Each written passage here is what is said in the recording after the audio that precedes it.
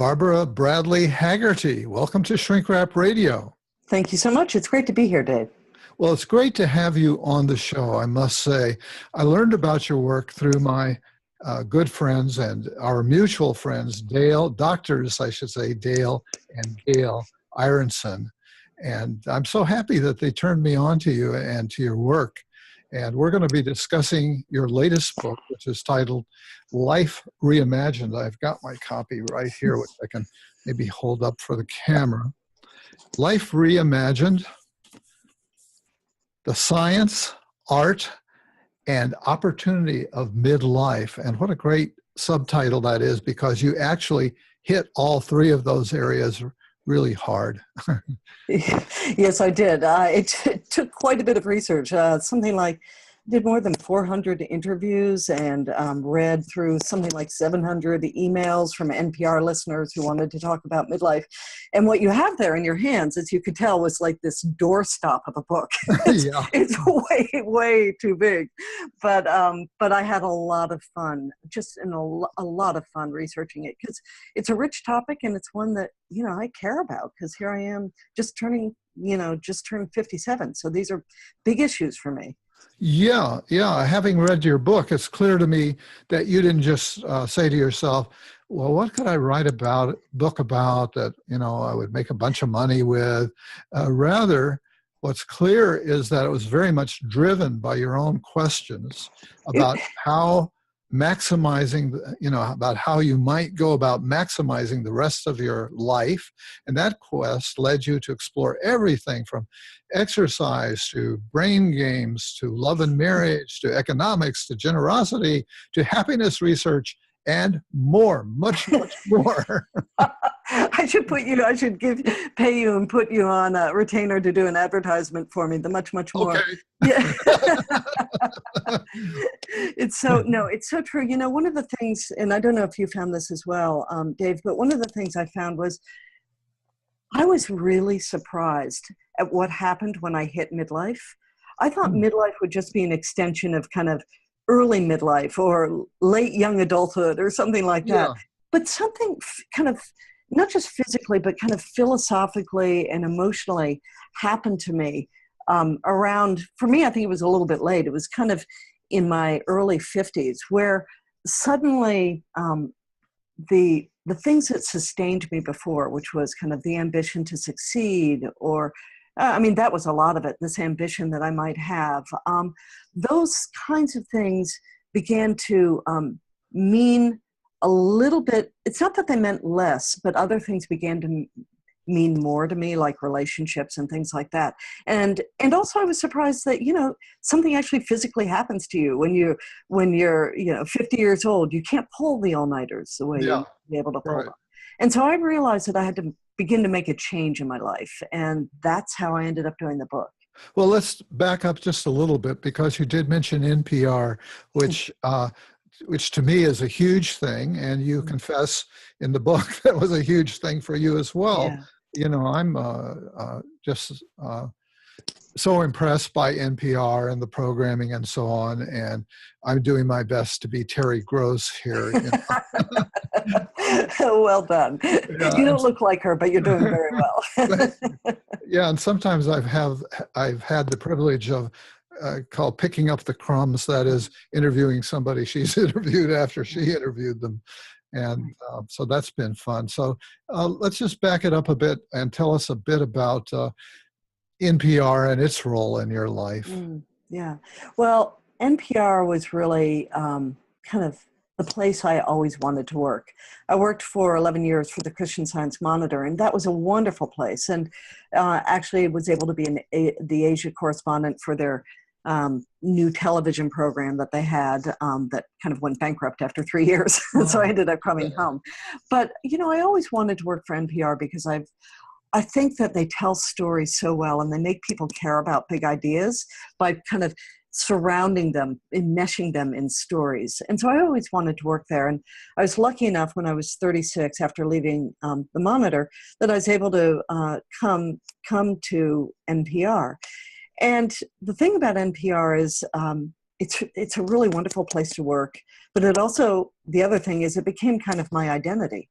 I mean, the first thing I would say to people when I met them at a party or just in casual conversation, I somehow managed to get in the fact Sure. that I was an on-air correspondent for National Public Radio. Yeah, you're proud of that. Rightly so. and so it really was kind of the warp and woof of my life. It's a very demanding career for a while, from basically the time that President Clinton went through the House impeachment hearings to right through 9/11 into 2003. I was the Justice Department correspondent. And what that meant is that I was working anywhere between 60 and 100 hours a week, especially after 9/11.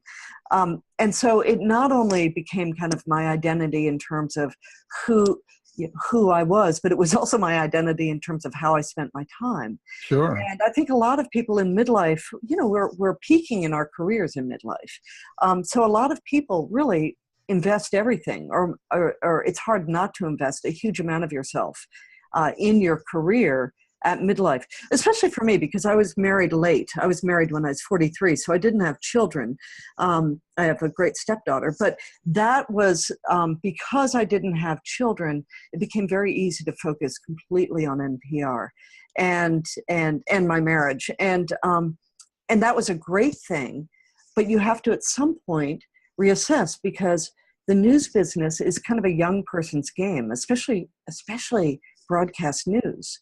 When you're a 24-hour-a-day network, you get after 9/11, I would be at NPR every morning at 3:30 in the morning, so I could do a live two-way or interview with the host, then Bob Edwards at 5, 7, 9, and 11, and then I'd do Talk of the Nation at the noon hour, and then I would do a piece for All Things Considered, and I couldn't go home till All Things Considered, the last feed of All Things Considered was over, and that was at 10.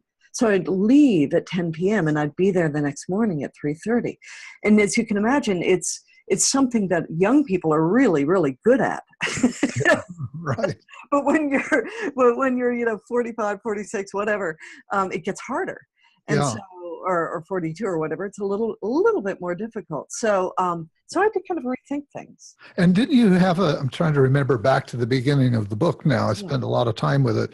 Wasn't there a medical crisis of some sort that kind of triggered it? Tell us about that. Yeah. There were actually two kind of medical crises. One was my mother's and the other was my own. But I think for our purposes, what happened in the fall of 2012 is that I got a really angry email, which happens a lot to reporters, as you can imagine.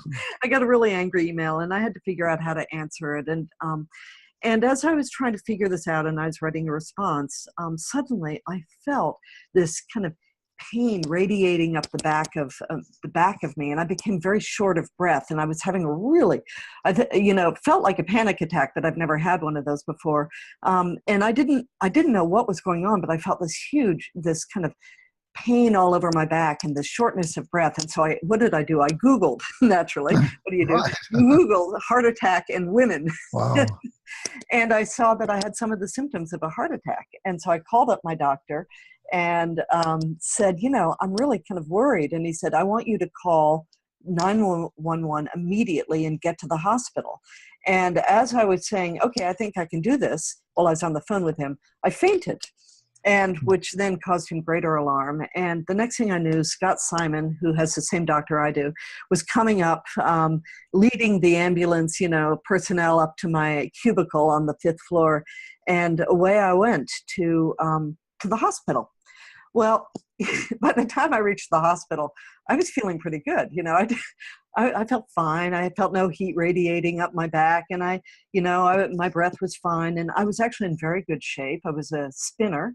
I'd spin every morning at 6 a.m. and I was on a bicycle, right? On a bicycle, yeah. Right. And I was in great shape. And so, I wanted to go home, and they wouldn't let me go home. They looked at me, and I remember the nurse saying, oh, well, you're 53, right? And I said, yes, as if 53 were like a clinical condition, like, yes, right. Type 1 diabetes or something. And she said, well, you're 53. I think we'll keep you overnight. And that night, what happened is I had a lot of time to think, because I didn't sleep a lot because of the beeping in the bed next to me. But I had a lot of time to think about what I was, this health scare, because I was so healthy.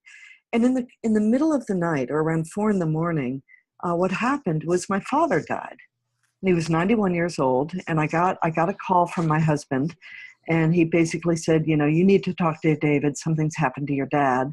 And when I talked to my brother, David, he told me that Dad had died while I was in the hospital, unable to get out. And what hit me at that moment, Dave, was that kind of mine was the next generation to go, in a sense. I mean, I was this idea that Mom was 91, Dad was now dead at 91. I was 53. My brother was, 50, what was he, about 60 at that point. So we had to start thinking about, I couldn't fool myself anymore. I had entered a new stage. And what it told me is that I had to think about how I wanted to live the second half or the last third of my life, however you want to calculate it. I had to think about that intentionally because it actually matters. It matters what you decide to do in midlife. It matters for the rest of your life. Yeah. And originally you set out to investigate what's been called the midlife crisis. Right. And certainly what you just described could qualify as a kind of wake-up call crisis sort of thing. Right. But at the same time, you discovered that actually midlife has its challenges and its own call to adventure, if you will. Mm-hmm. But the idea of a crisis maybe isn't universal. Absolutely. And, that was the biggest relief. That was the first bit of research I did. Am I, there was at one point when I thought, after my mom had her stroke, and I thought, gosh, I kind of felt really blue, and I felt I had such a good life, and yet I felt really flat. I had a great career, great marriage, all this stuff, and I felt flat. And I thought, am I going through a midlife crisis? So what I decided to do was what any journalist worth her salt would do, is I started to research what is a midlife crisis. And what I found, this is so cool, Dave, what I found is that this whole idea of the midlife crisis, a universal midlife crisis, and by that I mean this kind of existential dread of dying before you can fulfill your dreams and have meaning, real meaning in your life. That midlife crisis is kind of, hold on. I am getting excuse me. That midlife crisis, that existential dread, is actually a myth. And it was based on a very, very small sample of people. It really came from a psychoanalyst named Elliot Jacques, who wrote an article called Death in the Midlife Crisis back in 1965.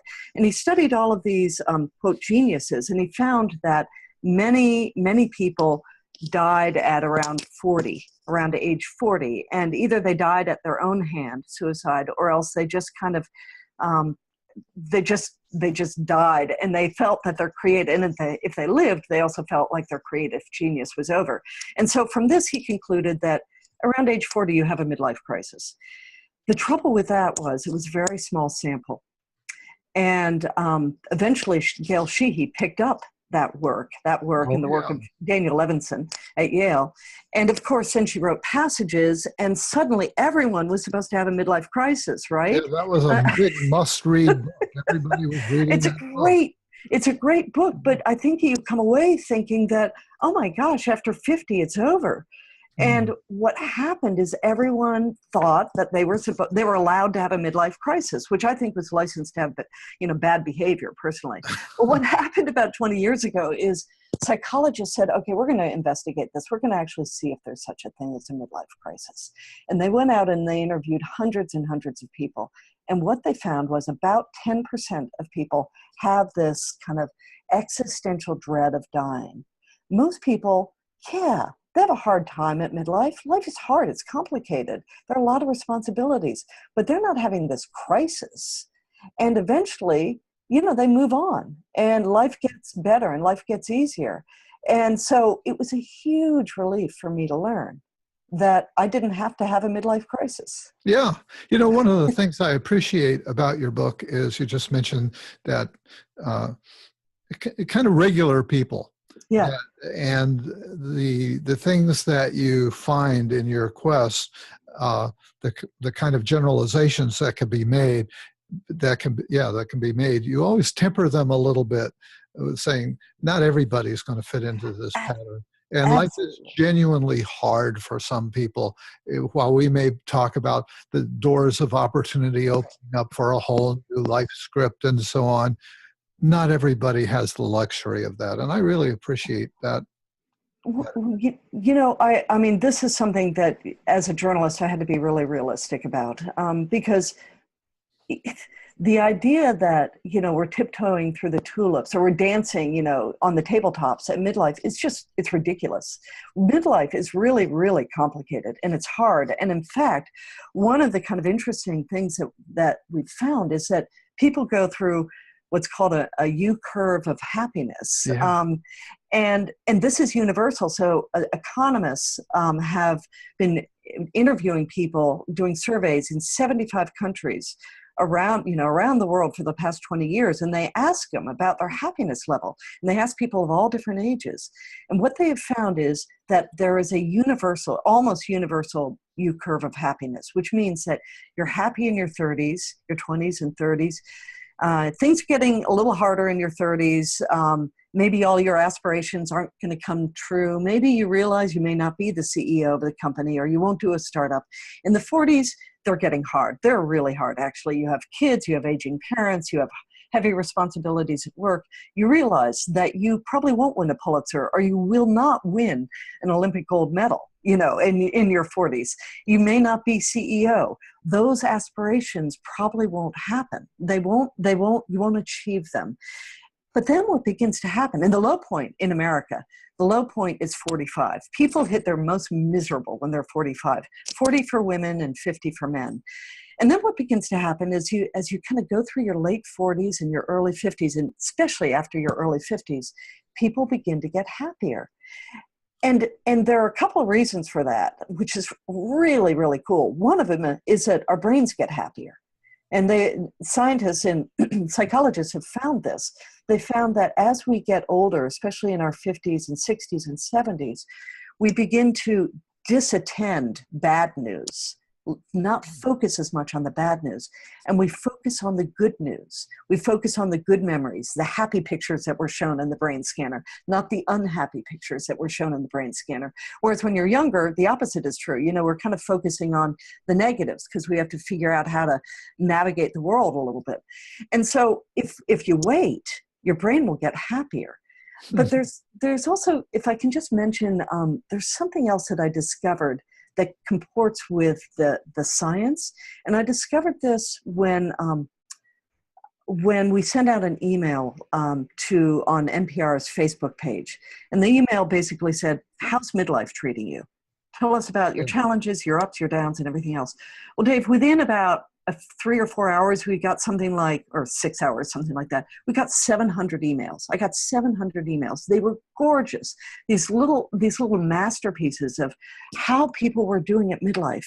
And what I found was most people loved midlife. They said it was actually their happiest time. They said that, as they got older, got into their 50s, they got happier and happier. And what these people did, and this is what scientists have found too, is they made this pivot. The happy people made a pivot in midlife. And the pivot was they stopped focusing on achievement and stuff, which is the stuff really kind of out of your control.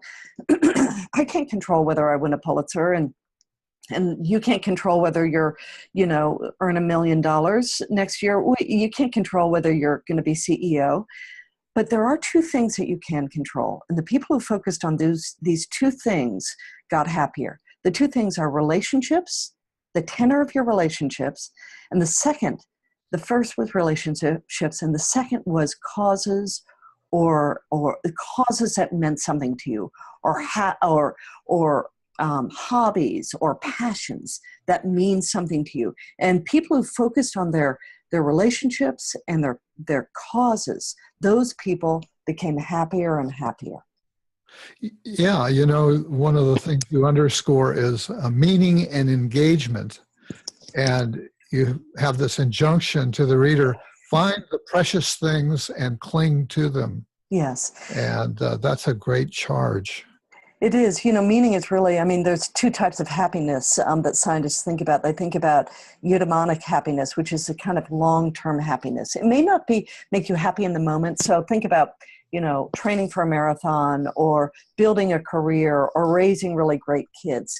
In the moment, when you are up all night with your kids, that may not be a particularly happy moment, but it's a meaningful moment. It's a long-term investment. And the other type of happiness is hedonia, or like hedonism. That it comes, we say hedonism, and that's important too. Enjoying having a good dinner with your family and your friends, and doing things that you enjoy. But what scientists find, is that investing in the long-term meaning, that will bring you both happiness in the short term and in the long term. So you're really smarter investing in long-term happiness. The other thing you mentioned just now, which was huge, I really think it's like the secret of midlife. I really do. Is this idea of engagement. That it's really easy to go on autopilot when you're in midlife. You're good at what you're good at, right? You're competent at your job. You've had this relationship with your spouse or your partner or whatever for a long time. Everything is kind of going along. It may not be easy, but it's familiar. The thing that I learned is that autopilot is death. Literally, like you have to engage in those things that are important to you.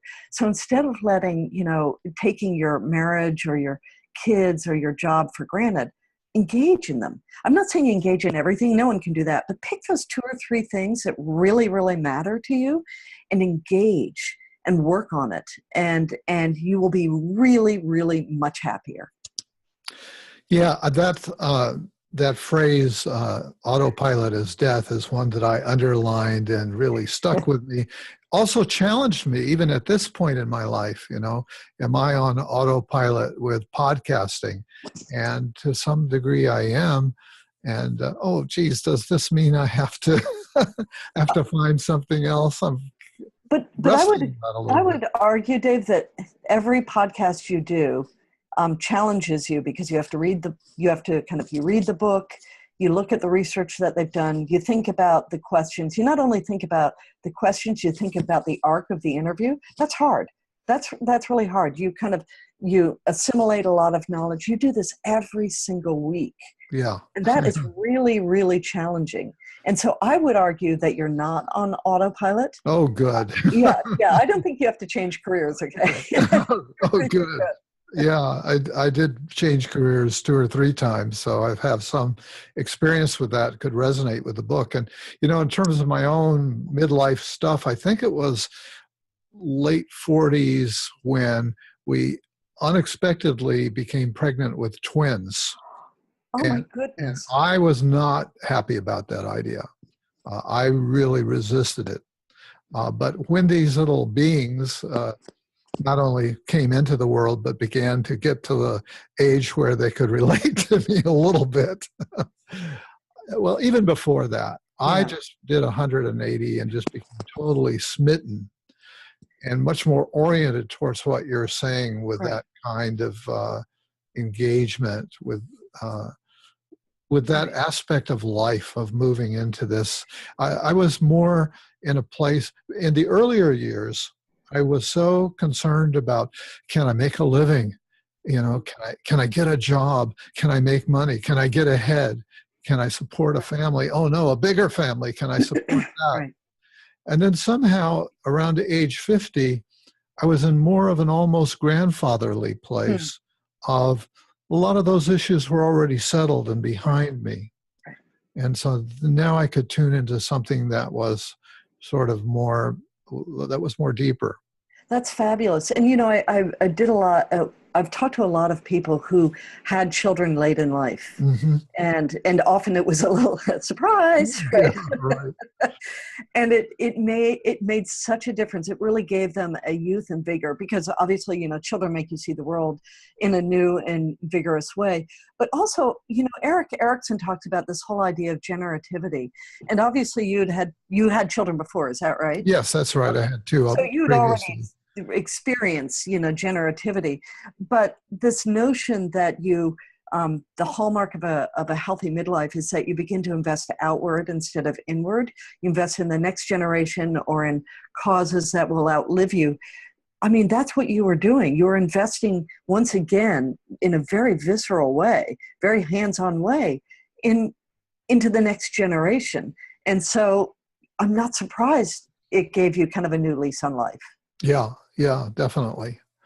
Let's see, where do we want to go from here? Oh, one thing I wanted to say is it seems to me that the culture doesn't very strongly support this kind of focus. As our culture seems to really have a strong focus on hedonism, Yeah.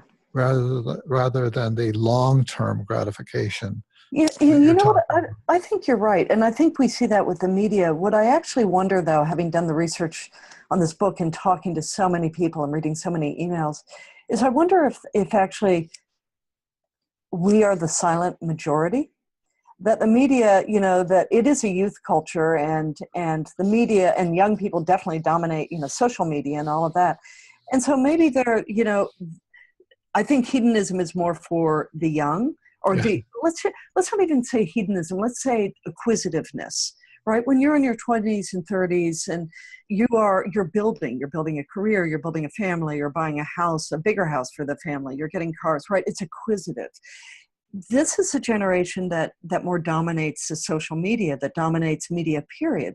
So I'm wondering if they just have a really large megaphone, because when I talk to people, what I see is that the people who are really happy do invest in kind of meaning and longer term things. And actually, Dave, let me tell you something else that I've found. I think there are a huge number of millennials who are very interested in meaning and purpose in life. And there's something called a quarter life crisis, which I'm sure you know all about, which is, No, people, I haven't heard that oh, really? expression. Oh, No. it's really cool. It's, in your 20s, kids have this quarter life crisis. Who am I? Will anyone ever love me? Why am I here on earth? Will I make an impact? Those kind of existential questions, they are going through it. And I think they're going through it more than, say, baby boomers did, because the job market is so much more insecure. So Hmm. they really they can't count on working for IBM for their entire career, right? And they'll be safe. They have to find meaning other ways, because the job market is not a safe place for them. And so what you find is that they grapple with these things in the midst of insecurity. And so what I have found in talking to, there are a lot of millennials at NPR, and what I have found in talking to them is that they really are looking for meaning. They're looking for long-term secure relationships. They're looking for making a difference in their lives. And you don't hear about it if you watch reality TV, Yeah. but I think it's there with these millennials. Okay, that's a good corrective. Are you still working at NPR, or did you No, retire? I ended up leaving NPR because, and we can talk about this at some point, but because I got a partially paralyzed vocal cord, and which is really bad news for a radio reporter. Also. I'd lose my voice for days or weeks at a time. But the hard part about it was the chronic pain, which I'd never had before. And I developed this right, gosh, in 2012. My brother has it as well. So there must be a genetic component. And what that did is it forced me to think, it made me realize that the way I was living, these kind of long hours and constant stress, actually had taken a toll on my body in a way that was unsustainable.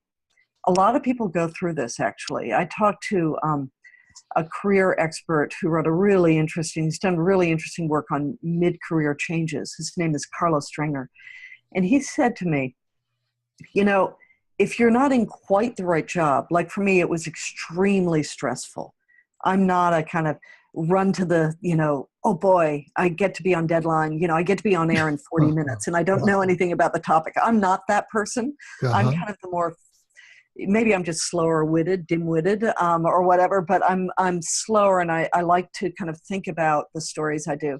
So being under chronic stress, deadline stress, was hard on me. What Carlos Stringer said is, if you're not in quite the right job, one of two things is going to happen, probably. Either you're going to leave the job and find something that's more suitable and sustainable for you, or your body will make you leave the job. And what happened with me is my body made me leave the job. Mm-hmm. So I got a book contract actually because I had this chronic pain, and I knew I wanted to do something on midlife. I got a book contract to write the book. And while I was on, and immediately, my chronic pain started to decrease when I got off the daily deadline. Yeah. And wow. it was stunning. I went from 24 pills, not pain pills per se, but like amitriptyline and Neurontin to help soothe my throat. I went from 24 a day to I'm now on 3 a day. And those are just safety at night, just like they're probably a placebo effect for me. Yeah. At any rate, when I went on book leave, NPR in the middle of that offered a buyout. And I ended up taking it, which is sad in one sense, because I love my colleagues at NPR. I love what NPR does. On the other hand, I can freelance for them all I want. So I did a 6-part series for them based on the book. And so I have access to them, but just not the chronic stress. Yeah. Yeah. Well, that's wonderful. That's wonderful. This has kind of led you into your next path.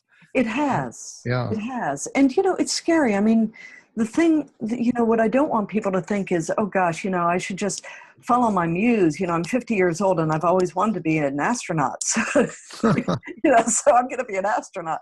It doesn't work that way. That's my dog, Sandra Day. She was barking. Yeah, and Sandra Day has a major role in the book. I should let people know that when you read this book, you'll really get to know Barb, and you'll also get to know Sandra Day, and you'll get to know other members of Barb's family. You will indeed. You will indeed. Sandra, that's enough. Okay. She's lying on her bed. She's 12 and a half, so she doesn't actually go to the door anymore to bark at the mailman. She just lies on her bed. But, I don't want people to think that they should just have I've always had a fantasy of, being a major league, being a Hollywood actress or whatever, being an astronaut. It actually doesn't work that way, and it shouldn't work that way. By the time you reach midlife, you know what you're good at. You know what stresses you out and what you really love doing. You know where you excel. And so what I think people should do, and this is what I found in the research, is you should take those things that you're really good at and try to pivot on them. So for me, the pivot is, okay, I love telling stories. I love doing research. I love talking to people. How can I use those things that I love and pivot, but take away a little bit of the stress, the chronic stress that I had of being on deadline all the time? Well, hey, I can write magazine articles. I can do podcasts. I can do books. I can do other things. It's scary, and I'm lucky because I have a husband who really, really wants me to succeed in this. And so I am really lucky.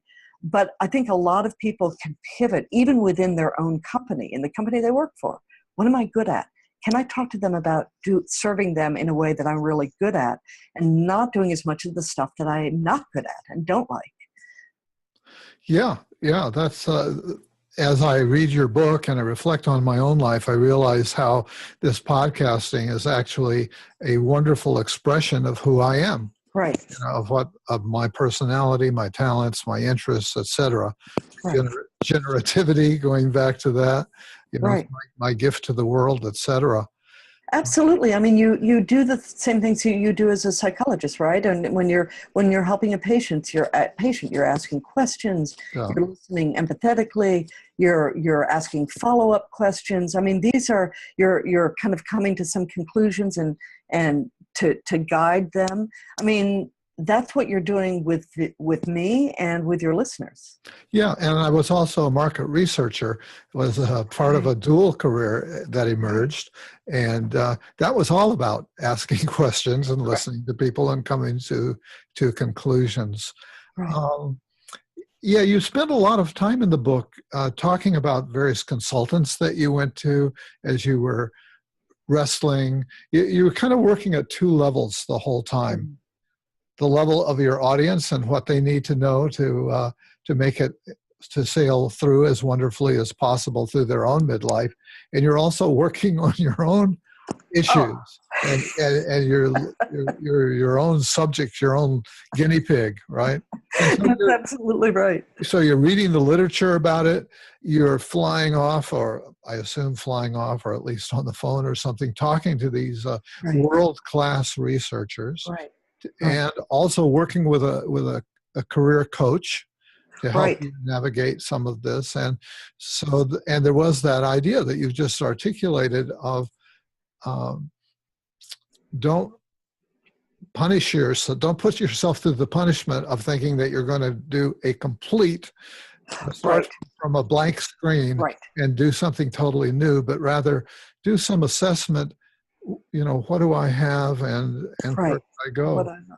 And it's interesting you say that. Someone told me that all research is me search, and that's certainly, that was certainly true with Yeah. my book. And what I kind of found is that you can't do an overhaul of yourself, right? This is what you just said. You can't do an overhaul of yourself at 50 or 45 or whatever it is.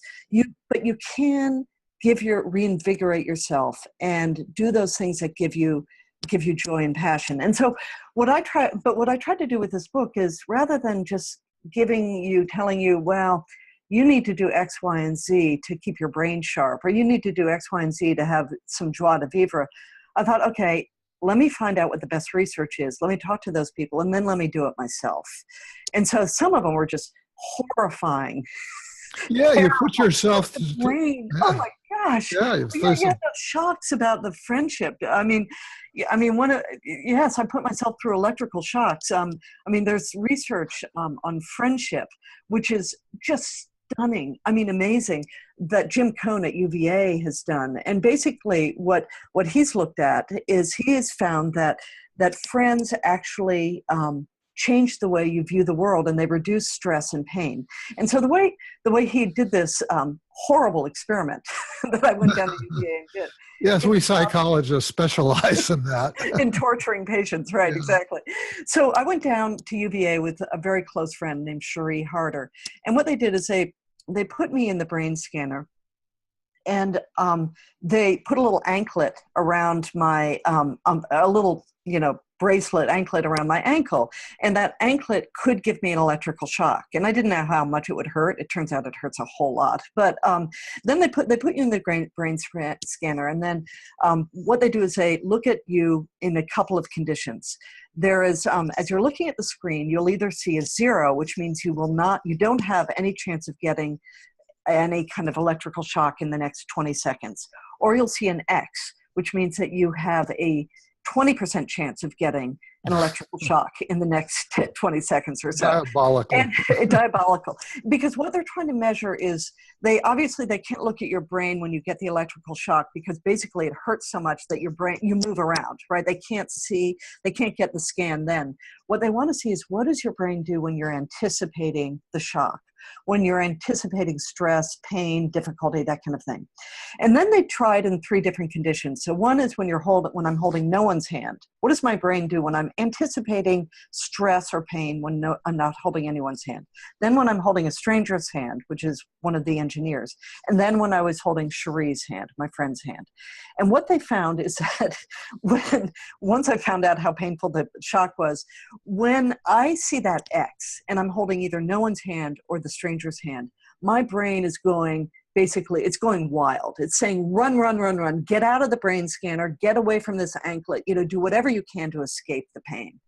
But when I'm holding Cherie's hand, and this was shocking to them, they knew this was going to be true. They thought it would be true with me, but the first studies were shocking.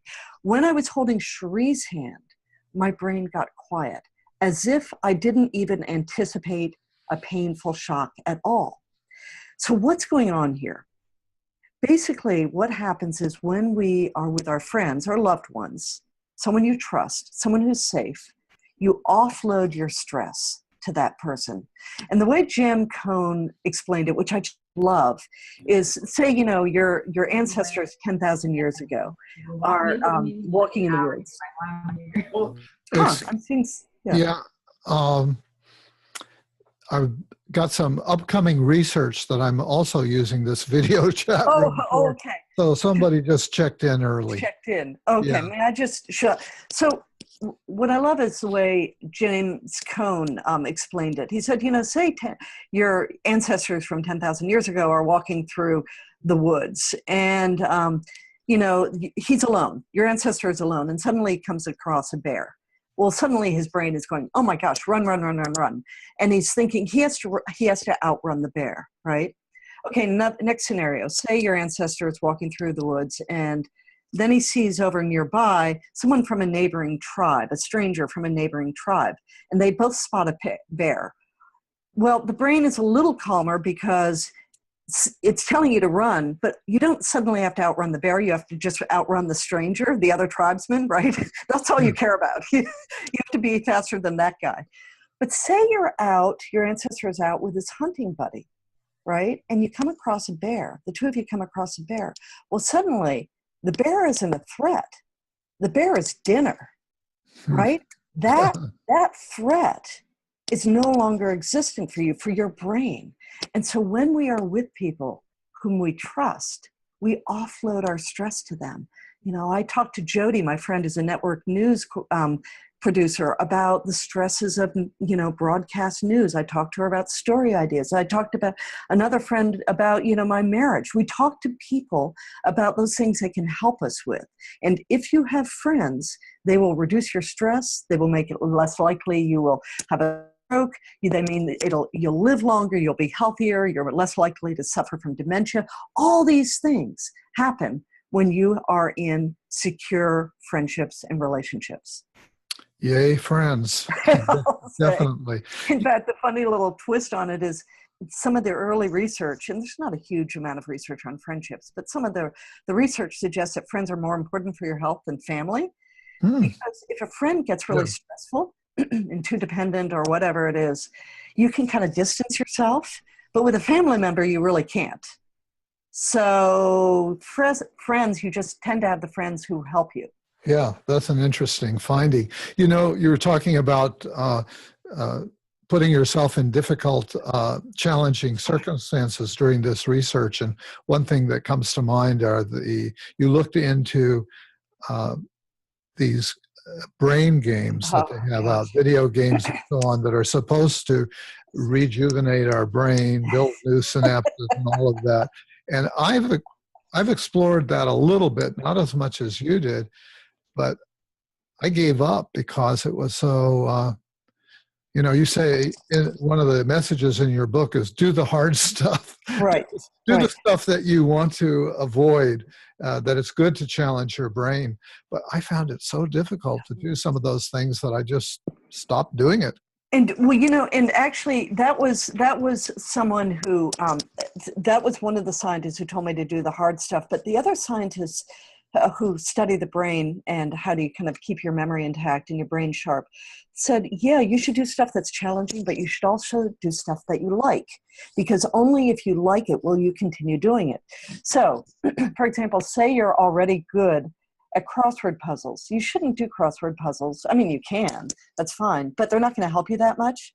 But say you don't do crossword puzzles and you hate them, also don't do crossword puzzles. But say you've always wanted to learn guitar or Spanish, and it gives you pleasure, and you see progress, and you begin to realize you can travel to Mexico alone because you now know some Spanish. That's hard, and it's enjoyable. And so that's the key, is to find something that's both hard and enjoyable. I hate brain training games. I hate them. I did them for a month.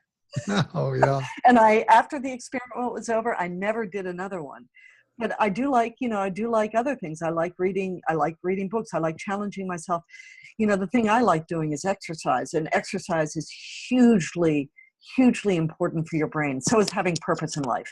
So I try to kind of focus on the things I like doing, having a purpose, and kind of challenging myself exercise-wise. And that is also very good. Yeah, I loved reading about your bicycling And exercise. you were a biker. You're a I, bicyclist too, right? I have been. I don't currently have one, but I got initially into mountain biking, Oh, and then I got interested in skinny tired bikes and yep. riding on the road, and even tried my hand at it. I tried a competitive mountain bike Wow. race, Wow. got my butt kicked so bad. Me too. I know You what you know, mean. the magazines show uh, the mountain bike magazines back when I was reading them, they would talk about falls, and in the most blithe way. Right. You would imagine, oh, you're just falling on a mattress or something. No, there are rocks, and really hard rocks, and I know that from personal experience. And and then in the actual mountain bike race that I was in, and I was in my 50s, I think, Yeah. at that point, with a lot of really much younger people and Right. hardier and so on. It was way in the back country. I ended up having to be towed out with a guy on his motorcycle. Talk about I, humiliation. I'd lost all energy and so on. But boy, you really stick with it. You talked about some bicycle races that you did, I think once or twice. I did a criterion race where you go around aren't in those a circle. miserable? I hate those. They're Well, so great. you got to the place where you could keep up with the pack, and I didn't get. And as you point out, if you don't have the pack drafting for you, Yes. you can't go as You fast as can't. they're going. You Yeah, can't. It's all once you're gapped. Once there's a gap, it's all over. And yeah. frankly, the only people I could stay up with were people my own age. So when I did a couple of Category 4 races with women who were novices but much younger, I didn't know how to draft when I did that, and so I didn't really couldn't keep up with them. But also, um, they were a lot younger, and so I couldn't. I just didn't have their stamina.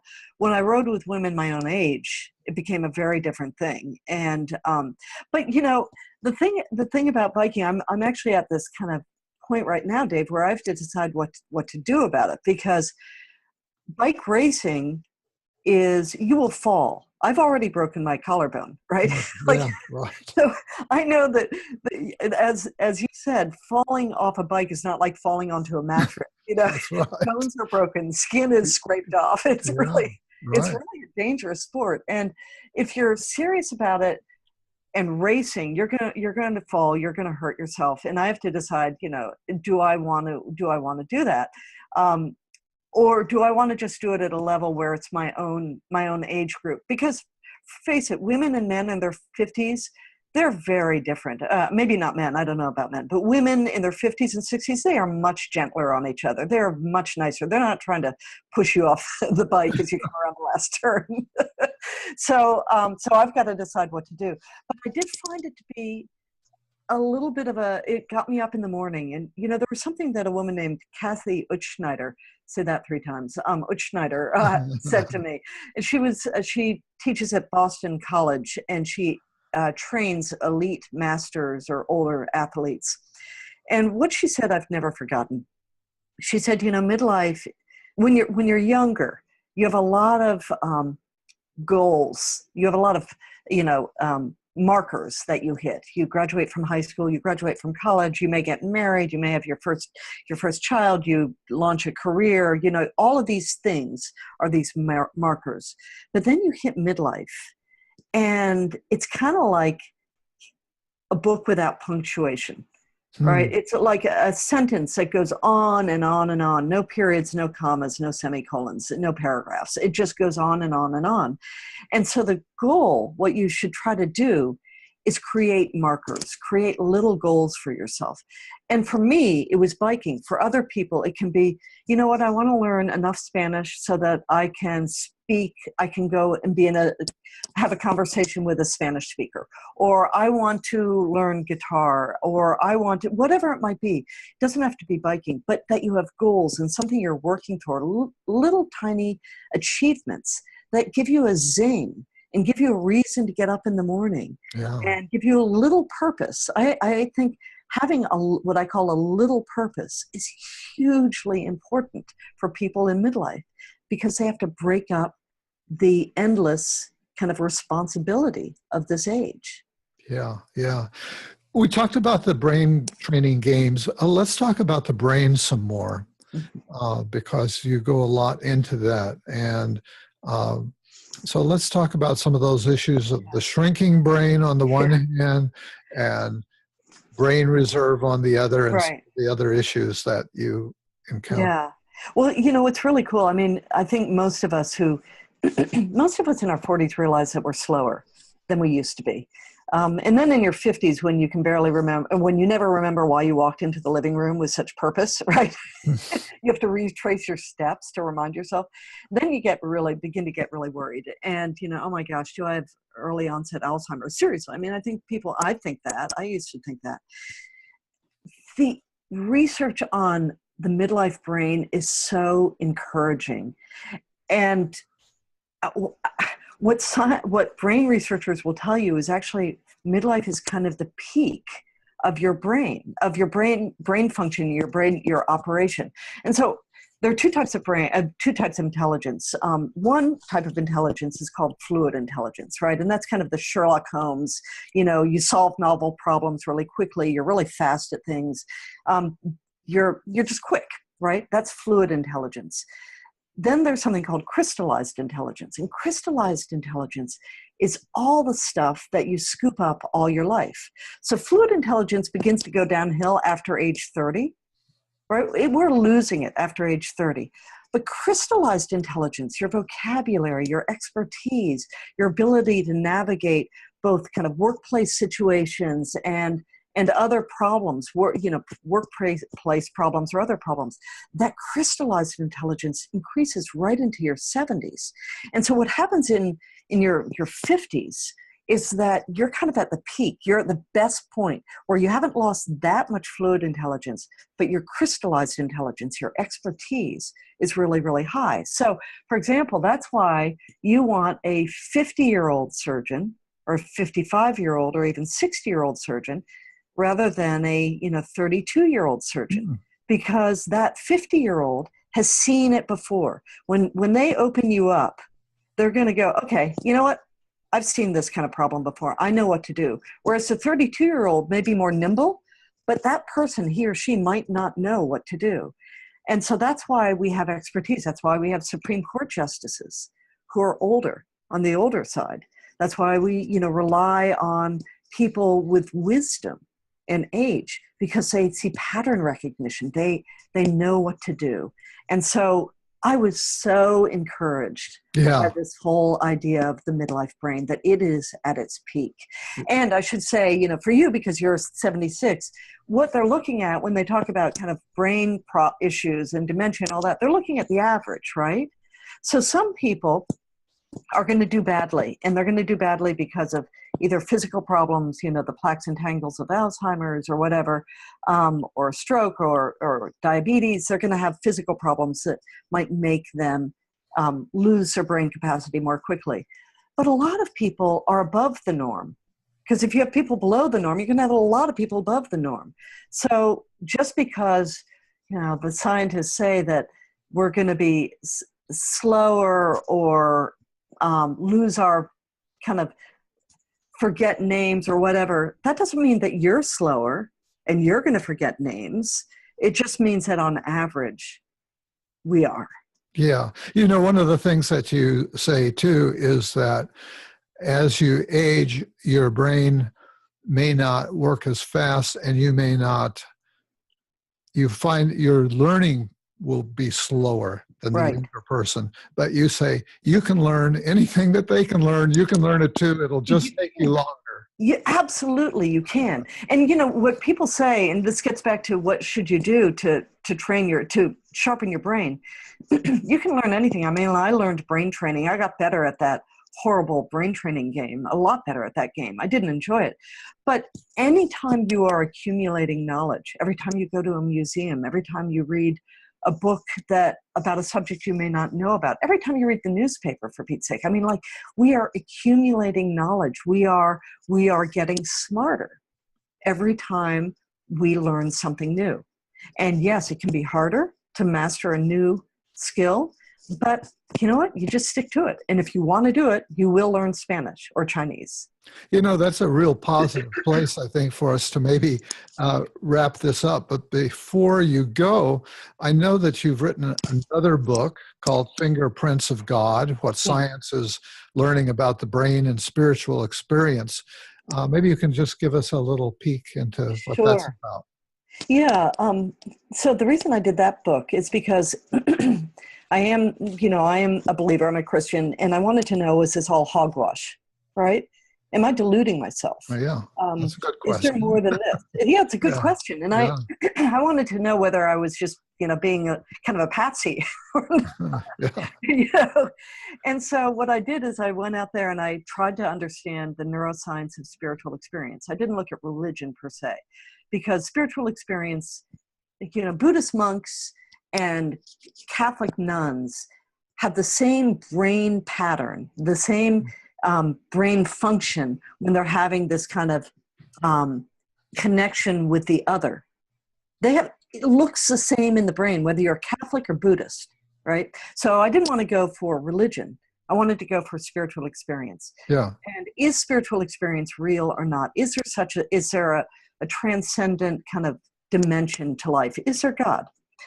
And I hate to do it because it'll cut into my sales, but I'm going to tell you the conclusion I came to. Okay. Talking to all of these neuroscientists, looking at near-death experiences, looking at, that was the weirdest stuff, but looking at all the neuroscience and spiritual experience and genetics and everything else. What I concluded was that God is a choice, that there is no way to prove that there is a God or another dimension, other than this material dimension. There's no way to prove that, but there's no way to disprove it either. And so what I ended up concluding, because so much of our experience of faith is a personal experience. It's what I went through, what I experienced. I had a transcendent moment that changed the way I thought about things. But someone who doesn't have that transcendent moment, that person may not believe there's another kind of dimension.